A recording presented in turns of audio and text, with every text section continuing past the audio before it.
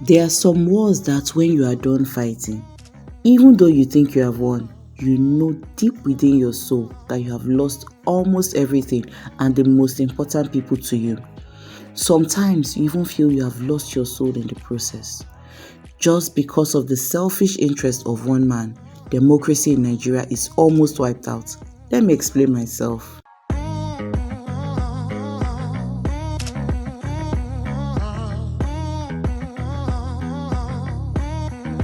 Just a few days ago, social media was on fire, total fire, over the declaration of state of emergency in Rivers State. As a result, the sitting governor in Rivers State, Similaye Fubara, was unconstitutionally suspended. To address the situation in the state, which no doubt requires extraordinary measures to restore good governance, peace, order, and security.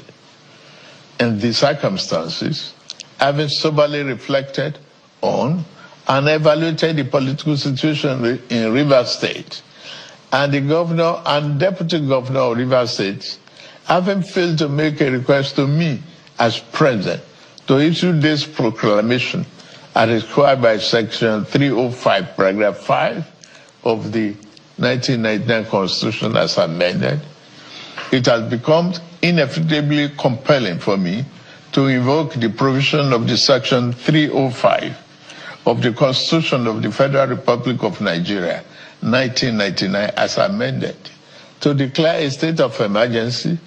This has caused widespread reactions from a lot of people on social media, including the former president of Nigeria, Ebele Goodluck Jonathan. While speaking at a recent event in Abuja yesterday, Saturday, March 22nd, he said, "These actions by key factors in the executive and legislative arms of government paint the country in a negative light." President and also from the Niger Delta, when the issue of suspending the governor came up, I think people call on me, "Oh, President Jonathan, oh, President Obasanjo, you should say something." People expected us to say something about the key actors in Nigeria, from executive to the legislature. Luckily, Senator Binta and others are here, and the judiciary. They know the correct thing to do, but they are refusing to do it. They are pretending to sleep. And waking such a person is extremely difficult because the person knows the right thing. A clear abuse of offices, clear abuse of power, clear abuse of privileges, cutting across from the three arms of government, from the executive through the parliament through the judiciary. On the night that the Nigerian president, Bola Ahmed Tinubu, announced the state of emergency, a group led by the Senate president, Senator Godswill Akpabio, visited the FCT minister, Nyesom Wike, at his residence in Abuja. No one knows for sure what the purpose of this visit was for, probably to congratulate him on his victory perhaps. Some pictures taken when they were leaving Wike's residence made it to social media, but this particular picture caught my eye. Walk with me. Let me zoom further into this picture. In that picture, while the rest of the people were in a lively mood, Wike looked very tired and drained. I couldn't stop looking at this picture. This man clearly lacks peace. Wike had won the battle, allegedly. So why is he sad? Abi, he's still not satisfied? Of course not, and I will tell you why. When it depends them, it is sweet us. When it is sweet us, it is pain them. They never say something. As it is sweet us, you go to pain them. As it is pain them, you go to sweet us. As it is sweet us, you go to pain them. As it is pain them, you go to sweet us. On a normal day, you would hear Wike throwing shade, singing things like, "As e dey pain them, e go dey sweet us," that kind of thing. But this clearly wasn't the case.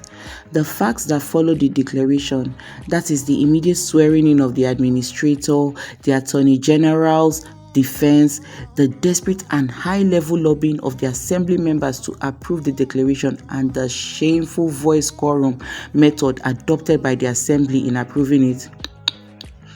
Just everything surrounding this bizarre case gave me an insight about the full picture. What's so important with the state of emergency declaration in a state that is not at war? this is where the master of the game, Bola Ahmed Tinubu, came out to play and masterfully nailed Wike. You see, while it seemed that both Tinubu and Wike wanted the same thing, which is to get rid of SIM and gain control of Rivers State, Tinubu also wants Wike out of the way, as his growing power has become some sort of discomfort for a lot of people, including Tinubu. Wike only just wanted SIM and his deputy out by impeachment so that he can install his own person, the speaker, as the governor, and thereby still firmly control the state. Easy, right? Wrong, because Tinubu had a different plan. You see, Tinubu's plan is to directly own Rivers State and render Wike irrelevant structurally and politically. While Wike thought he was enjoying the federal power the whole time, Tinubu was actually equipping him for self-destruction. Tinubu kept on playing along until the court ruling, and just like that, Wike was about to pull the plug and the final string for his boys to impeach SIM, and bam! Tinubu shocked him with the state of emergency announcement, sacking not just SIM, but every of Wike's associates. He never ẹspẹrrẹdit. You know, so that the government will have a decision. It is unheard of where anybody will say 3 people will constitute an assembly to make law for the entire state.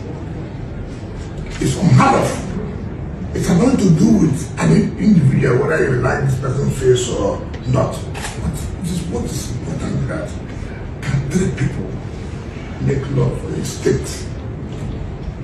Not to talk about appropriation. The federal constitution, you can't do this. Recall that Wike had bragged on the 12th of March that SIM should be impeached if found wanting, stating that impeachment is not a criminal offense. Well, in his words, he said, "Politics is not play. If he has done something to be impeached, let them impeach him. It's not a criminal offense."